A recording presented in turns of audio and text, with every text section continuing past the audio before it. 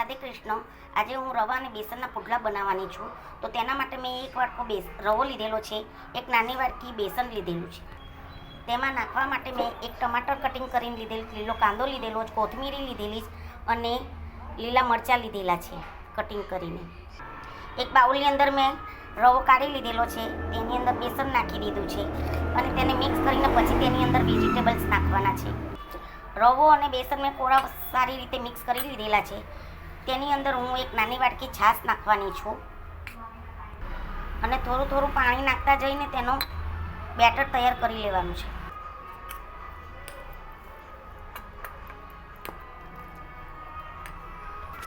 તમે જોઈ શકો છો કે મેં બેટર તૈયાર કરી લીધેલું છે। સોજી છે રવો, તે થોડોક ફૂલશે એટલે તેને થોડુંક રેસ્ટ આપીશું, એટલે તેને મેં 5-10 મિનિટ રહેવા દઈશ, ત્યાં સુધી રવો ફૂલી જશે। 5 મિનિટ પછી તમે જોઈ શકો છો કે બેટર ઠીક અને રવો જેટલો ફૂલવાનો હતો તેટલો ફૂલી ગયો છે। તો બી મને થોડુંક ઠીક લાગે છે એટલે તેમાં હું થોડુંક પાણી નાખીશ। આ બેટર બનાવવા માટે મને 1.5 ગ્લાસ જેવું પાણી લાગ્યું છે। હવે તમે બેટર જોઈ શકો છો કે મેં થોડુંક પતલું કરી લીધેલું છે। હવે તેની અંદર બધા વેજીટેબલ્સ ઉમેરીને તેને બી સારી રીતે મિક્સ કરી લઈશું। બધા વેજીટેબલ્સ નાખી દીધા, હવે તેને સારી રીતે મિક્સ કરી લેવાનું છે। બધું મેં સારી રીતે મિક્સ કરી લીધેલું છે। હવે તેની અંદર બધા બેસિક મસાલા નાખવાના છે। તમે જોઈ શકો છો મેં અડધી ચમચી હલ્દી લીધી છે, 1 ચમચી લાલ મરચું લીધું છે કારણ કે મેં ગ્રીન મરચાં નાખ્યા છે એટલે, અને 2 ચમચી ધાણા પાવડર નાખ્યું છે। તેને સારી રીતે હવે મિક્સ કરી લેવાનું છે।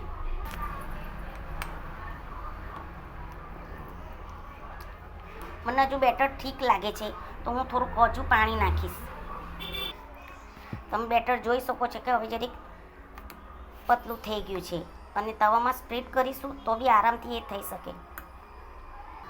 મેં હજુ બેટરમાં નિમક નથી નાખ્યું, હવે હું નિમક નાખીશ। મેં 1 ચમચી નિમક નાખ્યું છે।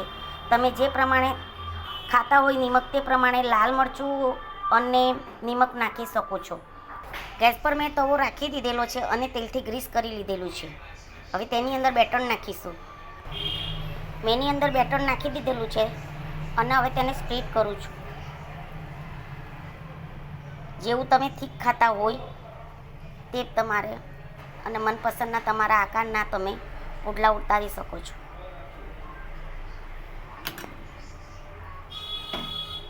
ફેરવવાની ઉતાવળ નહીં કરવાની, એક બાજુ બરાબર શેકાઈ જાય પછી જ એને ફેરવવાનું, નહીં તો ઉતાવળ કરશો તો પુડલું તૂટી જશે।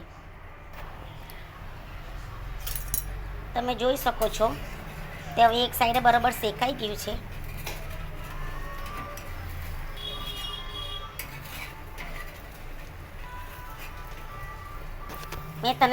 મેં તેમને ધીમેથી ઉલટાવી લીધેલું છે।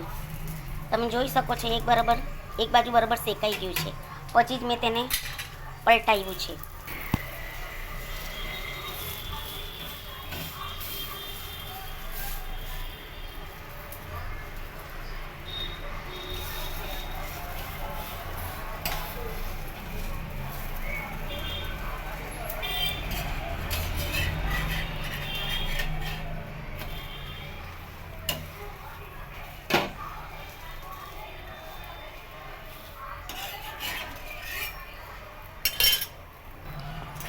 તમે જોઈ શકો છો કે આપણા બંને સાઈડ પુડલા સારી રીતે શેકાઈ ગયા છે।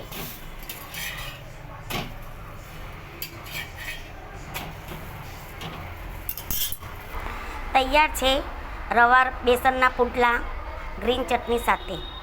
જો તમને વિડીયો ગમ્યો હોય તો લાઈક કરજો, કમેન્ટ કરજો અને સબસ્ક્રાઈબ કરજો। રાધે કૃષ્ણ।